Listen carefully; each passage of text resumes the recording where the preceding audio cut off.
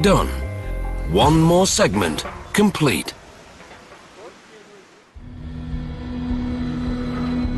Like the tunnel, the bridges approach the final stages. Before the two-pylon bridge can accept its last section, engineers have to perform a stretching exercise, as tiny as it is powerful. Both pylons have to be pulled back about 7 centimeters to create enough space for the key section to be placed. Once the tension is released, the final section will have a tight fit.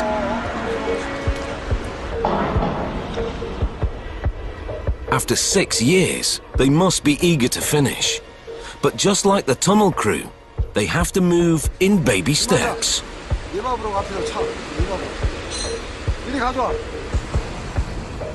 Because this baby is a giant.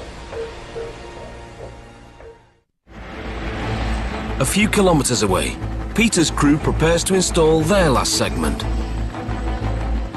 Just like the first segment, number 18 has to be maneuvered between rocks. As before, they run some of the anchor lines from the pontoons to the rocks.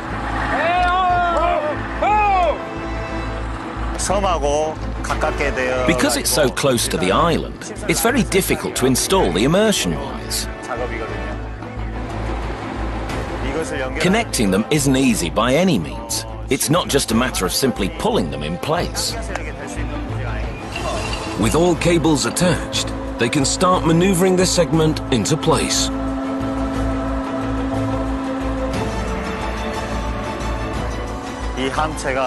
Because this segment is extremely heavy, we can't afford even a small mistake. Light contact can cause huge damage to the segment, and that kind of damage can set back the entire project. After 3 years, they'll open the last tunnel segment tonight, if all goes well. The segment hits the bottom, but there's trouble. One end is sitting 28 centimeters too high. We're now trying to figure out what the cause is. We don't know yet. It's a major problem at the moment. We're taking about half an hour to go through all the steps so that we don't miss anything, and then I'll inform you about the situation.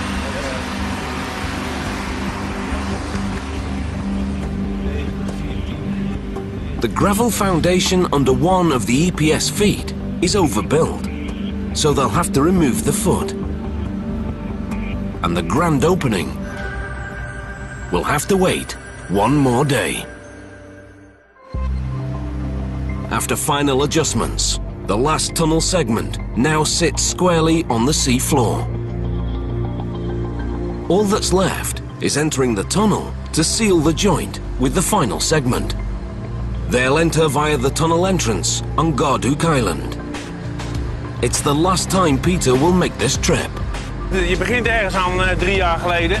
You start something 3 years ago, and the first time you think, gee, still so many to go.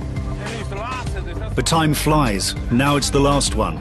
That feels kind of strange. Mixed feelings. Glad it's almost finished, but it's a pity we can't do one more.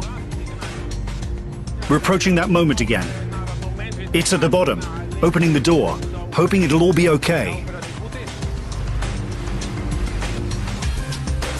After 3 years, light at the end of the tunnel. De klep gaat nu open op standje 1. The last step is pumping water out of the immersion joint, so the segment can close up for a tight seal. Maurice, Peter, we hebben water in de ballast. Zie jij al de tunnel bewegen? Ja, we zijn al 3 slepen ervoor. Oké, prima. Ja, 3 mm. They always celebrate this step, but today is the grand finale. Once complete strangers, now firm friends, and soon to go their own way. The end of their long journey lies behind this bulkhead door, and the honor of opening it falls to Peter.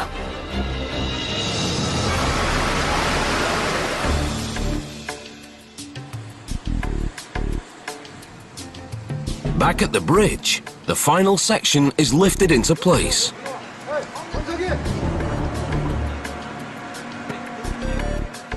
Once the tension on the towers is released, the whole structure will be locked in place.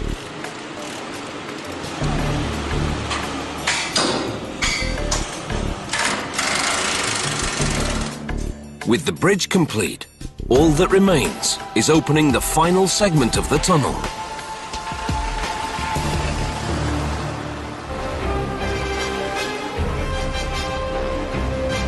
Last inspection.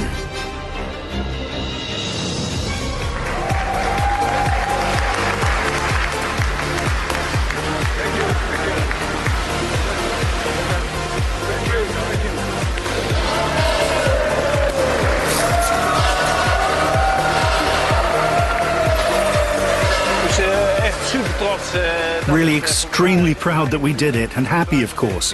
Happy for the whole team. It's just great. After all this time and after a difficult operation, we did it.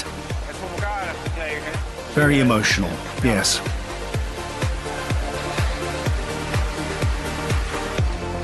Fits the moment.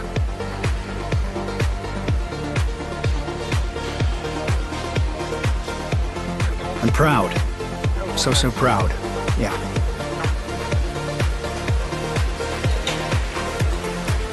Come back. For Peter's team, the tunnel marks another success on a stellar resume. For the Koreans, it's a chance to join the Dutch on the world stage. Actually, this was the first immersed tunnel project in Korea. And we developed lots of new equipment, and we trained lots of engineers, and eventually we could finish in time, and everything is happy. This isn't just a shortcut to an island. It's a path to the future.